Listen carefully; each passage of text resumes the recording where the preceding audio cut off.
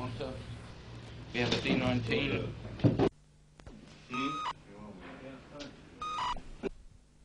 Yeah, right. Okay. Two, take one. Stanley, can you tell us in 25 seconds a synopsis of your new picture? In 25 seconds? Yes, it's a picture. It's a drama about human emotion in the United States. It deals with the tragedy of divorce as it relates to the children and those who have to suffer continually from the effects of an unhappy home. Sounds like a very serious picture. Yes, it is. There's no comedy in it whatsoever. No, I try and keep as much comedy out of my films as possible. Why is that? Because I don't like the idea of people laughing. It makes me nervous. It upsets you that Yes. people should laugh? Yes. Yeah. I like to cut down on the amount of happiness. Why is that? Because I'm not crazy about happiness. I think it's a mistake. On whose part? On the people who have to put up with it. You know what I mean? Do you mean the audiences that see the film or the people that appear in it? Well, no one comes to see the film. You know what I mean? So I don't have that problem. Also, there's nobody in the movie. No one at all? No one at all, no. And why is that? Why? Because it's much cheaper if you don't use people. How long did it take you to shoot the picture then? We filmed for a half an hour in Puerto Rico, and we had to go back and film for 7 minutes in New York. Is it a high-budget picture then? The picture cost, in American money, cost about $160 to make. Who do you admire? Other comedians? I don't really like other comedians because I'm jealous. Do they make you laugh, other comedians, or not? No, I don't laugh at anybody. How long does it usually run? Well, it's run for 6 months in the United States, but that's been a mistake. Is that at one theatre? No, it's run 6 months totally in 2,000 different theaters. That's marvellous. Do you watch your own films? No, Why is that? because I don't have the patience to sit through them. Do you watch them while you're editing them, or? No. No. I generally edit blindfolded. How do you actually go about writing a story? That's a good point. And does the finished product ever work out the way you imagined it to? Never, no. Why is that? Because the finished product doesn't seem to work out at all. Well, how do you know that if you don't see it?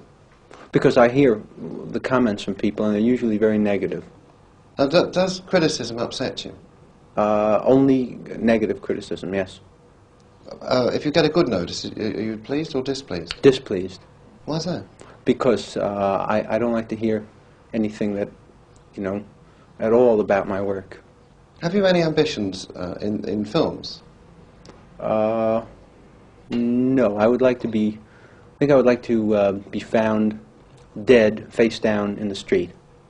Is there any character, fictitious or living, that you'd like to play?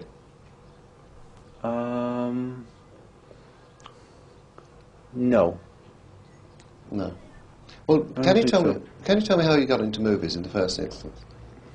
Yes, it was my camera, and there was very little they could do about it. What sort of camera is it? Is it an expensive one, or?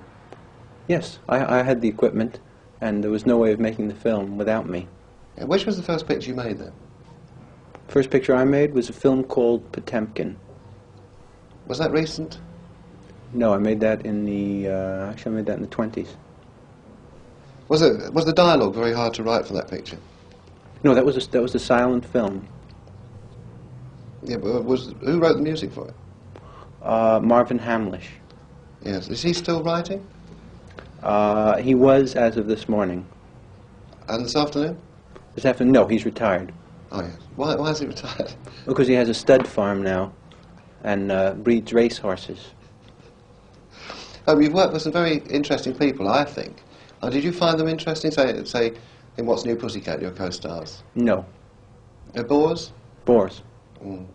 Who was the most boring of that cast, do you think? Uh, Do you include as boring the lovely ladies that were in that picture? Yes. Oh, what did you find boring about them? Everything. They were just boring to look at and boring to listen to. It was a boring picture, as I recall. I rather enjoyed it. Yes, but you're mistaken. But I like the credit titles very much. The credit titles? Yes.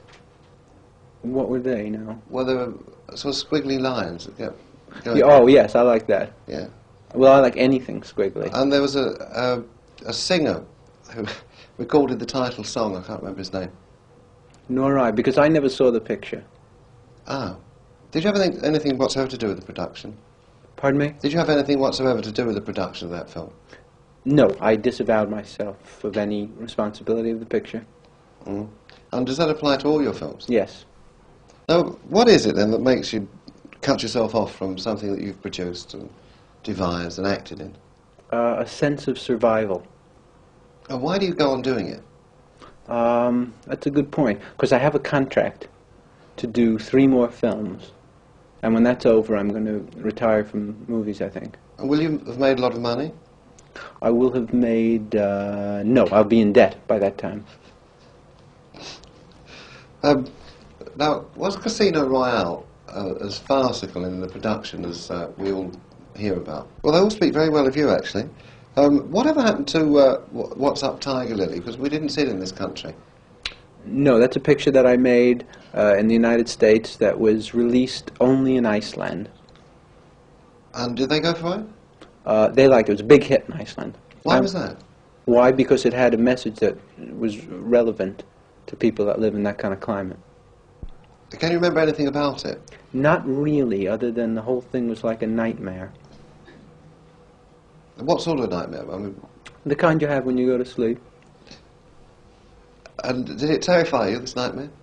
Yes, it was not a pleasant experience making the film.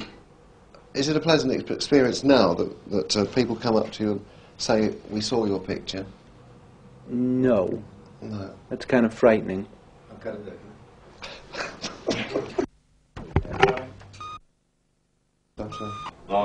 4, take 1. Yes. Was there a sequence that you liked very much from Pussycat? Yes, I like my favorite sequence was the scene just before the first reel that goes XXX 98765432210.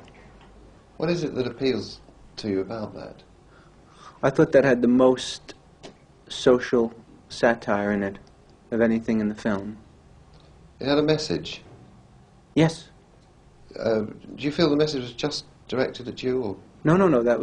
The message was universal in that. what was the message? That numerals can descend in order if placed properly. Well, if that was to your mind, the best scene, what was the worst? The scene between the start of reel 1 and the part that says the end. Was that a particularly long scene? It was about close to 2 hours. Yeah. Was there nothing in that 2-hour scene that you found was slightly amusing? Yes, somewhere in the middle there was a shot of the sky that was rather puckish. And what was appeal about the sky? Just the shade of blue that it was at the moment. Kind of a funny shade of blue, if you know how blue can occasionally be. Really funny. What's it like to go to the Academy Award ceremony? Well, you got to get all dressed up, and usually have to drive there. You know what I mean? Because it's not really too near where you live, no matter where you live. They work that out. Where actually did you live then, Woody? At that time I was living in New York. The awards were in California. Were you embarrassed by all the television cameras and the newspaper reporters and, at the ceremony? Did this sort of worry you? Huh? What? Can you say that again? Yes. Does it embarrass you that You're asked for autographs in the street, that newspaper people are always after you. Oh, yes, yes. But practically everything embarrasses me.